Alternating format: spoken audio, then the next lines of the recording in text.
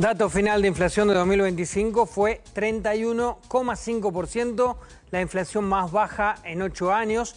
El tercer dato de inflación completo que se conoce del gobierno de Javier Milei, o el segundo en realidad, porque 2024 había sido 117%, había tomado una inflación de 211%, por eso claramente, y teniendo en cuenta que es la inflación más baja en 8 años, el gobierno salió a celebrar. Todas las flores se las llevó Luis Caputo, directamente de parte de Javier Milei, que puso Toto el más grande, fin. Después Milei siguió tuiteando respecto a inflación, pero apenas se conoce el dato, es Caputo quien lo informa.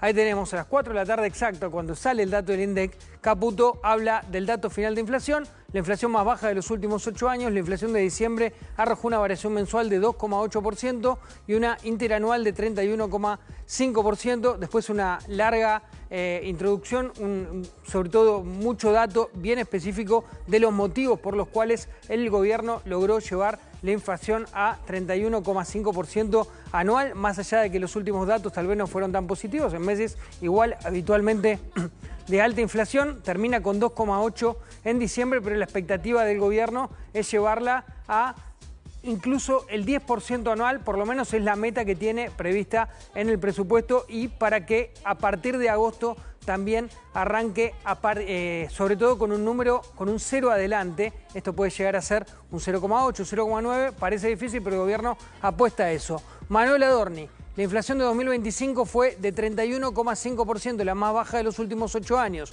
Cuando asumimos, la inflación era en 2023 de 211,4%, la más alta del mundo. Ese es otro dato. Argentina hoy está aproximadamente sexto en lo que es la tabla de inflación general, pero ya lejos de tener la inflación más alta del mundo, momentos en los que peleaba, entre otros países, contra Venezuela. Esto no es ni más ni menos que el resultado de haber hecho lo que había que hacer, dice el jefe de gabinete. Desde el gobierno casi todos celebraron este dato de inflación, el más bajo en 8 años. Bernardo. Bueno, hay toda una gran polémica en Santa Cruz desde hace tiempo con los jueces del Tribunal Supremo, que sería la Corte Suprema Provincial. Vidal básicamente viene planteando que hay que ampliar, Vidal es el gobernador, hay que ampliar el número de integrantes de este tribunal. Se había aprobado eso, iba a pasar de 5, lo que pasa es que hay 4 actualmente, se iba a pasar de 5 a 9, hay 4 en funciones, y finalmente eso terminó quedando trabado porque el propio tribunal declaró que era inconstitucional esa ampliación. Eso, capítulo 1. Capítulo 2, se acaban de aumentar el sueldo. Los 4 directamente y van a cobrar... Paritarias.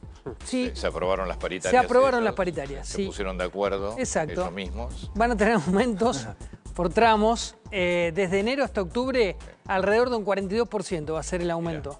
Va a haber diferentes tramos de 3, de 4%. Fue una paritaria muy peleada, sí, decís. Aparte, una paritaria espectacular. Imagínate, 10 meses, 42%. Es paritarias de otros tiempos de inflación, directamente. Bueno, y van a cobrar hasta 24 millones de pesos. Depende cada uno del caso, ¿no? Porque en algunos casos por antigüedad cobrarán 24, en otros casos un poquito menos. Lo concreto es que actualmente cobraban entre 11 y 16 millones de pesos, se va a pasar a cobrar de 17 a 24 millones de pesos. Ahí tenemos el tuit del gobernador Vidal, que además claramente los apunta, porque internamente, ¿qué se dice? Que son jueces que responden a la vieja administración kirchnerista en Santa Cruz, que respondían a Alicia Kirchner. 24 millones de pesos. ¿Esto? Sí. ¿Qué? Está bien lo que dice Vidal. Que se autoaumentan. Totalmente. Esto es lo que hay que terminar. Los legisladores se ponen el dinero que quieren. Los jueces se ponen la cifra que quieren. Esto no es lógico. Sí, sí. Porque, digo, la ley es para todos, entonces, ¿por qué vos te podés fijar tu sueldo y yo no puedo? Vos sabés que con estos temas incluso la justicia es un poquito más impune, creo yo, porque... Bueno, además no pagan ganancias. Porque además no pagan ganancias, y además la verdad que la justicia en muchos casos, en estos casos de juzgados provinciales, ni siquiera son juzgados provinciales, la Corte Provincial, o sea, lo único que tiene arriba es la Corte Suprema de la Nación, que en todo caso podrá llegar a interceder. Por eso. Porque la Corte de la Nación hace lo mismo también. La Corte de la Nación en todo caso se puede meter en el caso respecto a la conformación del tribunal, ¿sí? Si hay que ampliarlo o no.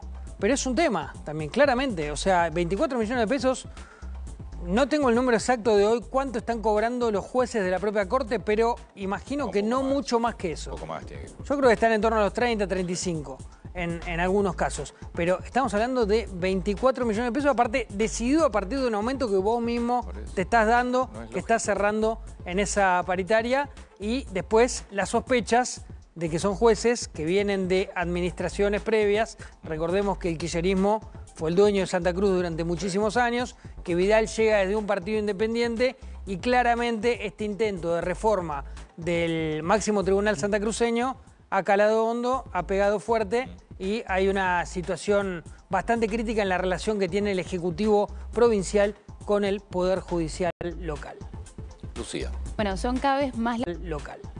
Lucía. Bueno, son cada vez más las mujeres que están obligadas por la justicia a pagar las cuotas alimentarias que deben sus parejas a sus ex. Es una medida que está tomando en los últimos años, sobre todo en el 2025, la justicia. Las restricciones que ya conocíamos de los últimos años tienen que ver con no poder ingresar a los partidos, a los shows. A veces te retienen las redes sociales o te las cancelas, te la dan de baja, las billeteras virtuales. No te dejan viajar. No te dejan viajar, no puedes renovar el registro o incluso sacarlo si no lo tenés.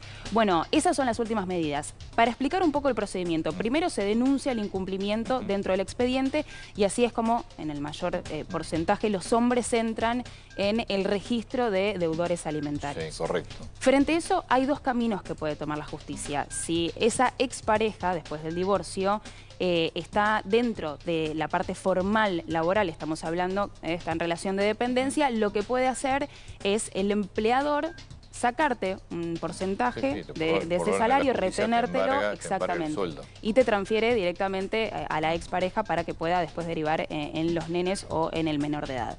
Ahora, ¿qué pasa si estás dentro del sector informal? Bueno, la justicia puede ampliar la demanda a los abuelos y hacia la progenitora afín. ¿Qué quiere decir esto? Si este hombre no paga esa cuota alimentaria, el abuelo o la pareja, la esposa en este caso, puede o debe, en realidad está obligado por un fallo de la justicia, a pagar y derivar parte de su salario, su plata, de su presupuesto, a la expareja de esta persona. Hay un fallo que sucedió hace muy poco, hace un mes aproximadamente, a finales del 2025, en Río Negro, de un abuelo que tiene que pagar casi el 70% de la después cuota. Hubo un fallo sobre uno de los hermanos del incumplidor, que le obligaban al hermano, o sea, al tío de los chicos, a hacerse cargo.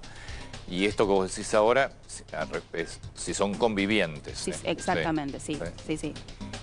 Si conviven, se deriva la deuda automáticamente a la nueva pareja que tiene que hacerse cargo, porque es definitivamente un fallo de la justicia, y la justicia te está obligando a esto. Pero es una medida que está tomando, por lo menos para agilizar este proceso y poder marcar un límite también, que es un poco las alternativas que están buscando para poder tratar de agilizar este tema, ¿no?